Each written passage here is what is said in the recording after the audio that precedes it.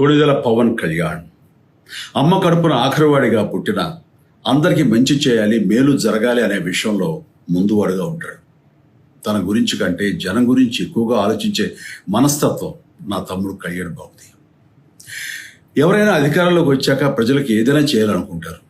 కానీ కళ్యాణ్ తన సొంత సంపాదనని కౌలు రైతులు కన్నీళ్లు తుడిచేందుకు ఖర్చు పెట్టడం, సరిహద్దు దగ్గర ప్రాణాలొడ్డి పోరాడే జవాన్ కోసం పెద్ద మొత్తం అందివ్వటం, అలాగే మత్స్యకారులు ఇంకా ఎందరికో తాను చేసిన సహాయం చూస్తుంటే ఇలాంటి నాయకుడు కదా జనాలకు కావాల్సింది అనిపిస్తుంది.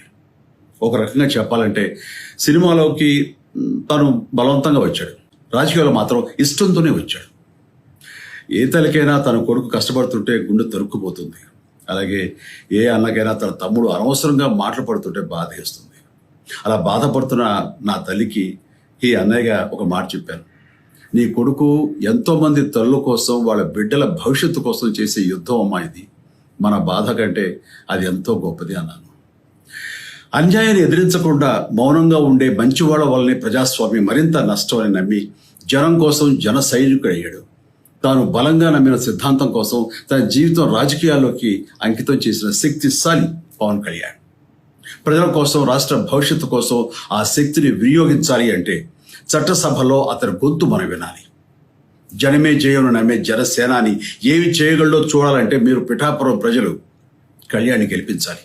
మీకు సేవకుడుగా, సైనికుడుగా అండగా నిలబడతాడు. మీకోసం ఏమైనా సరే కలబడతాడు, మీ కళ నిజం చేస్తాడు.